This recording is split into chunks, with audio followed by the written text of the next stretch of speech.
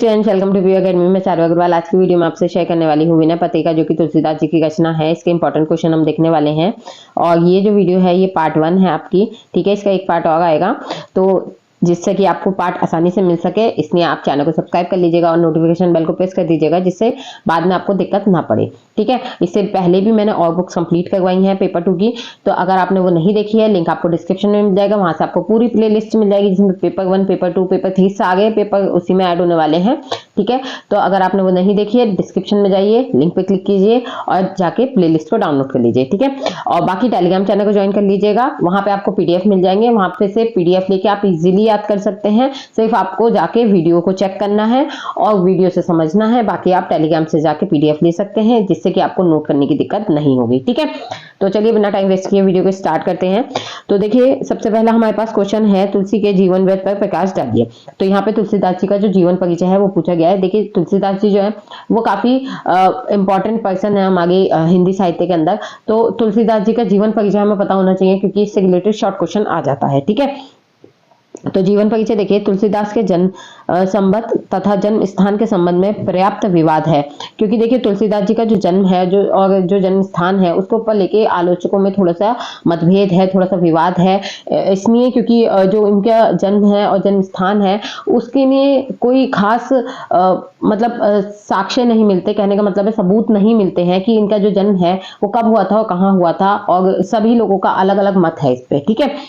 उनके जीवन परिचय को जानने के लिए महात्मा रघुवर दास द्वारा रचित तुलसी चरित्र, शिव सिंह सरोज नामक हिंदी साहित्य का इतिहास ग्रंथ और प्रसिद्ध राम भक्त राम गुलाम द्विवेदी की मान्यताओं का ही आधार ग्रहण किया जाता रहा है। यानी कि अगर हम तुलसीदास जी का जो जन्म स्थान और जो जन्म का समय यानी कि जन्म संबत बताते हैं, वो किन आधारों पर बताते हैं, या तो महात्मा रघुवर दास द्वारा रचित एक रचना है तुलसी चरित्र, ठीक है, उसके आधार पे, या फिर शिव सिंह सरोज जो है, जो कि हिंदी साहित्य का इतिहास ग्रंथ है, इसके बारे में भी आप जानते होंगे, इसके आधार पे, या फिर प्रसिद्ध राम भक्त जो है राम गुलाम द्विवेदी, ठीक है, इनकी जो मान्यताएं हैं उनके आधार पे हम क्या करते हैं, तुलसीदास जी का जन्म स्थान और जन्म समय निर्धारित करते हैं, ठीक है। इसके ऊपर तुलसीदास जी के विषय में यह दोहा प्रचलित है, ठीक है। इसके ऊपर एक दोहा है, क्या है, 1554 बीसे कालिंदी के तीर, श्रावण शुक्ला सप्तमी तुलसी धरियो शरीर। यहाँ से इनके जन्म के बारे में हमें पता चलता है कि 1554 बीसे यानी कि 1554 जो बीसे थे, यानी कि जो संवत थी उसमें कालिंदी के तीर पे श्रावण शुक्ल सप्तमी, उस दिन श्रावण का महीना था और शुक्ल पक्ष की सप्तमी थी, तुलसी धरियो शरीर, जबकि तुलसीदास जी का जन्म हुआ था, ठीक है। आगे देखिए, इसके आधार पर उनका जन्म संवत 1554 विक्रमी अर्थात 1497 ईस्वी में स्वीकार किया जाता है, किंतु यह इसलिए स्वीकार नहीं किया जा सकता क्योंकि तब उनकी आयु 126 वर्ष बैठती है, जो उचित नहीं लगती। अधिकांश विद्वान तुलसी का जन्म संवत 1589 अर्थात सन 1532 ईस्वी स्वीकार करते हैं, जो अधिक तर्कसंगत भी है। यद्यपि इनके जन्म स्थान के विषय में भी विवाद है, फिर भी प्रामाणिक रूप से इनका जन्म बांदा जिले के राजापुर ग्राम में हुआ था। इनके पिता का नाम आत्माराम दुबे और माता का नाम हुलसी था, ठीक है। ब्राह्मण परिवार में उत्पन्न तुलसीदास शैशव में ही अपने माता पिता के संरक्षण से वंचित हो गए। कवितावली के मातु पिता जग जाई तज्जियो, विधि हून लिखियो कछु भाल भलाई से ज्ञात होता है कि तुलसी का बचपन अनेक आपदाओं में व्यतीत हुआ। ऐसे अनाथ बालक को नरहरिदास जैसे गुरु का वरद हस्ते प्राप्त हो गया। तो देखिए, इनके गुरु कौन थे, नरहरिदास थे, ठीक है, याद रखिएगा, तुलसीदास जी के गुरु कौन थे, नरहरिदास थे। इन्हीं की कृपा से तुलसी को वेद पुराण और अन्य शास्त्रों के अध्ययन और अनुशीलन का अवसर मिला। आगे देखिए, इनका विवाह दीनबंधु पाठक की रूपवती पुत्री रत्नावली से हुआ। अपनी पत्नी के रूपाकर्षण में बंधकर तुलसी सब कुछ भूल गए। एक दिन पत्नी ने उनकी भर्त्सना की, जिससे उनका प्रेम राम की ओर लग गया। देखिए क्या हुआ था कि इनका जो विवाह हुआ था, इनकी जो पत्नी थी रत्नावली, क्या नाम था, रत्नावली, ठीक है। तो इनके बारे में एक कथन कहा जाता है, एक कहानी कही जाती है कि ये अपनी पत्नी से बहुत ज्यादा प्रेम करते थे, उनकी ओर बहुत ज्यादा आकर्षित थे, जैसे कि यहाँ पे बताया गया है, ठीक है। तो वो सब कुछ भूल जाते थे, ठीक है, तुलसीदास सब कुछ भूल जाते थे। तो इनकी पत्नी ने एक दिन इनकी भर्त्सना मतलब इनकी बेइज्जती की थी, इन्हें बहुत फटकार लगाई थी। इसके पीछे की जो कथा है वो क्या है कि तुलसी एक बार क्या होता है, रत्नावली अपने मायके जाती हैं और तुलसीदास जो है वो सब कुछ छोड़ छाड़ के उनके पीछे पीछे चले जाते हैं, ठीक है। जिसकी वजह से उनकी ना बहुत जग हंसाई होती है, बहुत हंसी बनती है कि क्या कहते हैं, तुम्हारा पति तो तुम्हारे पीछे लगा रहता है, वो करके मतलब उनकी हंसी बनती है, जिससे कि क्या होता है वो थोड़ा सा क्रोधित हो जाती हैं और क्रोधित होने पर वो उन्हें बहुत उल्टा सीधा सुनाती है। वो सुनाती है मतलब कि जितना तुम मेरा नाम लेते हो, इतना अगर तुम राम का नाम लेते हो तो तुम्हारा जीवन धन्य हो जाता है, सब कुछ करके वो सुनाती हैं। जिसके बाद क्या होता है कि जो तुलसीदास है उन्हें बहुत ज्यादा बुरा लगता है और वो सारी दुनिया की मोह माया छोड़ देते हैं, वो अपनी पत्नी की मोह माया छोड़ देते हैं और सिर्फ राम से अपना मन लगाते हैं। और राम से मन लगाने पर वो एक दिन राम के ही हो जाते हैं और बहुत सी रचनाएं करते हैं और आज महाकवि का पद लिए बैठे हैं, ठीक है। तो देखिए संवत 1680 अर्थात सन 1623 ईस्वी में तुलसी ने अपना शरीर त्याग दिया था, ठीक है। इसके लिए भी एक दोहा प्रसिद्ध है, संवत 1680 असी गंग के तीर, श्रावण शुक्ल तीज शनि, तुलसी तज्यो शरीर। तो संवत 1680 संवत में 80 गंग के तीर, गंगा के तीर पे श्रावण शुक्ल तीज शनि यानी शनिवार का दिन था, श्रावण माह था, शुक्ल पक्ष का तीज थी यानी शुक्ल पक्ष का तीसरा दिन था, तुलसी तज्यो शरीर, जब तुलसी ने अपना शरीर छोड़ा था, ठीक है। नेक्स्ट क्वेश्चन देखते हैं।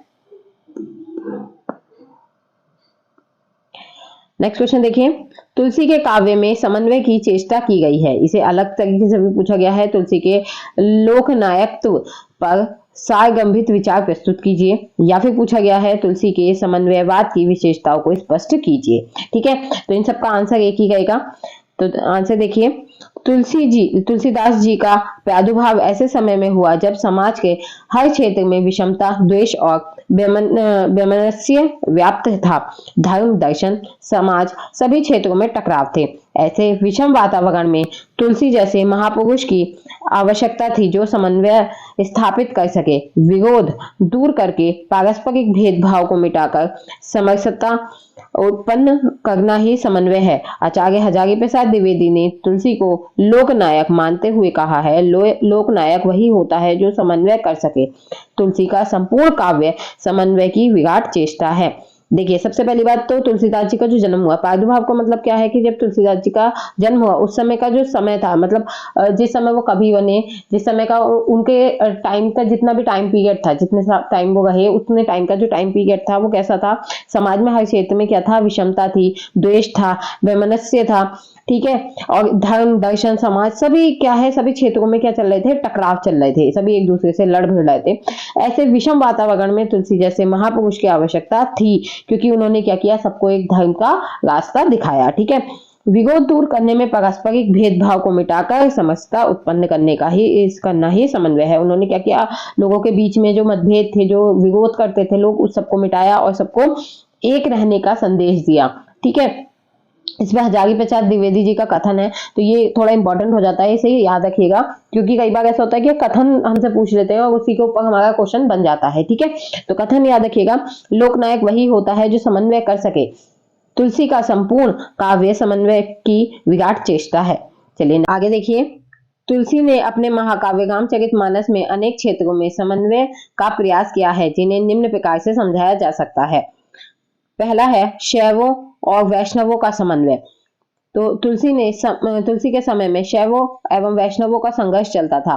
शिवजी के उपासक अपने आराध्य को बड़ा मानते विष्णु को छोटा, तो दूसरी ओर वैष्णव लोग विष्णु को बड़ा मानते और शिवजी को छोटा। तुलसी ने इसका विरोध किया और विष्णु के अवतार राम से कहलवाया, शिव दोही मम दास कहावा, सोना मोही सपने हूं नहीं भावा, ठीक है। दूसरी ओर शंकर जी ने राम को अपना इष्ट देव मानते हुए कहा है, सोई मम इष्ट देव रघुवीरा, सेवत जाहि सदा पुनि धीरा, ठीक है। तो उस समय पे क्या था कि जो तुलसीदास जी हैं उनका जो समय था उसमें शैवों और वैष्णवों के बीच थोड़ा मतभेद चलता था, तो उस चीज पे भी उन्होंने अपने जो पंक्तियां हैं वो लिखी हैं, जिससे क्या है लोगों के बीच ये मतभेद मिट सके। आगे देखिए, सगुण और निगुण का समन्वय, ये निर्माण नहीं है, निगुण है, ठीक है।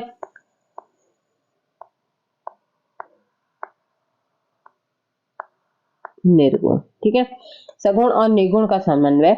तो तुलसी ने सगुण और निर्गुण में भी समन्वय किया।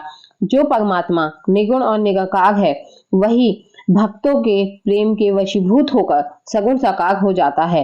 इन दोनों में कोई भेद नहीं है। तो तुलसीदास जी बताते हैं कि ये जो तुम आपस में लड़ रहे हो कि सगुण ईश्वर अच्छे हैं, निर्गुण अच्छे हैं, सगुण की उपासना करनी चाहिए, निर्गुण की उपासना करनी चाहिए, तो वो कहते हैं कि परमात्मा जो कि निर्गुण और निराकार है, परमात्मा को किसी ने नहीं देखा, आपने नहीं देखा, मैंने नहीं देखा, हम नहीं जानते परमात्मा का कैसा रूप है, कैसे दिखते हैं, कौन है, कहाँ है, कैसे हैं, कुछ नहीं जानते हम। लेकिन वो कहते हैं कि वही परमात्मा जो कि निर्गुण और निराकार है, वही परमात्मा भक्तों के प्रेम के वशीभूत होकर, भक्तों के प्रेम में बंध के सगुण और साकार हो जाता है। वो अपना एक रूप ले लेता है, अपना एक नाम ले लेता है, जिससे क्या है आपको पता चल सके कि जो आपके प्रभु हैं, आपके ईश्वर हैं, वो कैसे दिखते हैं, उनका रूप कैसा है, जिससे कि आप उनकी भक्ति करने में और ज्यादा इच्छुक हो सके। ठीक है, तो वो कहते हैं कि तुलसीदास जी कहते हैं कि यहाँ पे इन दोनों में कोई भेद नहीं है, इनके नाम लेके लड़ने की जरूरत आपको नहीं है। ठीक है, तो इसके ऊपर पंक्ति है, अगुण अरूप अलख अज जोई, भगत प्रेम बस सगुन सो होई। ठीक है, आगे है भक्ति और ज्ञान का समन्वय। तुलसीदास जी यद्यपि भक्त थे किंतु वे ज्ञान मार्ग अवहेलना नहीं करते। उनके अनुसार दोनों भागों में भगवान को प्राप्त किया जा सकता है, किंतु भक्ति मार्ग अपेक्षाकृत सरल है जबकि ज्ञान मार्ग कठिन है। वे लिखते हैं, भगत ही ज्ञान ही नहीं कुछ भेदा, उभय भव संभव खेदा। ठीक है, आगे देखिए,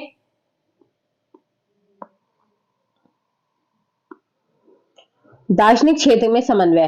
तुलसी ने अद्वैतवाद और द्वैतवाद का समन्वय करके एवं नवीन दर्शन विशिष्टाद्वैतवाद का प्रतिपादन किया। वे लिखते हैं, को कह सत्य झूठ कह को, जुगल प्रबल कोई माने, तुलसीदास पगे हगे तीन भ्रम, सो आपान पहचाने। आगे देखिए, राजा और प्रजा का समन्वय। तुलसी ने राम और प्रजा का समन्वय इस पर बल दिया है। राजा के कर्तव्य एवं आदर्श राज्य व्यवस्था की परिकल्पना उन्होंने राम राज्य वर्णन के अंतर्गत की है। दूसरी ओर प्रजाजन राज्य के लिए अपना सब कुछ बलिदान करने वाले हों, ऐसी उनकी धारणा है। आगे देखिए, साहित्यिक क्षेत्र में समन्वय। तुलसी ने अवधि एवं ब्रजभाषा दोनों में काव्य रचना की। श्री रामचरितमानस अवधि में लिखा तो विनय पत्रिका, दोहावली, कवितावली आदि में ब्रजभाषा का प्रयोग किया। उन्होंने सभी शैलियों में काव्य लिखे। इस विवेचन से स्पष्ट है कि तुलसी का संपूर्ण काव्य समन्वय की विराट चेष्टा है। वह समन्वयवादी होने के कारण एक सच्चे लोकनायक भी हैं। ठीक है, तो इसके साथ सेकंड क्वेश्चन कंप्लीट होता है। नेक्स्ट क्वेश्चन देखिए, विनय पत्रिका का वर्ण विषय स्पष्ट कीजिए। तो विनय पत्रिका का जो वर्ण विषय है वो बताना है। ये इसलिए इंपॉर्टेंट है क्योंकि विनय पत्रिका हमारे सिलेबस में लगी हुई है। ठीक है, आंसर देखिए, विनय पत्रिका में राम के प्रति विनय भावना को अनेक प्रकार से व्यक्त किया गया है। एकमात्र राम ही इनके इष्ट और आराध्य हैं। इन्होंने अपने आराध्य, अपने ईश्वर, अपने इष्ट किसे माना है? सिर्फ राम को माना है। तो इसके ऊपर पंक्ति है, देखिए, गरेगी जही जो कहो और को हाँ, जानकी जीवन जन्म जन्म जाइयो, तहागियो कौन को हाँ। यद्यपि विनय पत्रिका में भक्ति भावना की अभिव्यक्ति हुई है, तथापि प्रसंगवश यत्र तत्र दार्शनिक सिद्धांतों को भी स्थान मिला है। गोस्वामी जी के अनुसार माया से तभी छुटकारा संभव है जब ईश्वर की कृपा सुलभ हो जाए। इसके लिए कहते हैं तुलसीदास जी, असी कछु समझ भगत रघुराया, बिनु तब कृपा हृदयालु दस, हितमु न छूटे माया। ठीक है, इस पे कहते हैं कवि तुलसीदास जी कहते हैं, तुलसीदास जी मानवीय भावनाओं के कुशल चित्रे थे। विनय पत्रिका में उनकी यह कुशलता पग पग पर दिखाई देती है। तो अगर हम विनय पत्रिका को पढ़ें तो हमें पग पग पर उनकी जो मानवीय भावनाएं हैं वो देखने के लिए मिलेंगी। मतलब थोड़ी थोड़ी सी जगह पे हमें बार बार उनकी जो मानवीय भावना है वो देखने के लिए मिलेंगी। इसी के साथ यहाँ पे हमारी वीडियो कंप्लीट होती है। अभी तक अगर आपने हमारे टेलीग्राम चैनल को ज्वाइन नहीं किया है तो टेलीग्राम चैनल को जाके ज्वाइन कर लीजिए, लिंक आपको डिस्क्रिप्शन में मिल जाएगा। ठीक है, और बाकी अगर आपने इससे पहले की वीडियोस नहीं देखी है तो प्लेलिस्ट का लिंक भी डिस्क्रिप्शन में मिल जाएगा, वहां से जाके चेक कर लीजिएगा। तो वीडियो अच्छी लगी हो तो वीडियो को लाइक कीजिएगा और अपने दोस्तों के साथ शेयर कीजिएगा और चैनल को सब्सक्राइब करना ना भूलें। Thanks for watching, bye.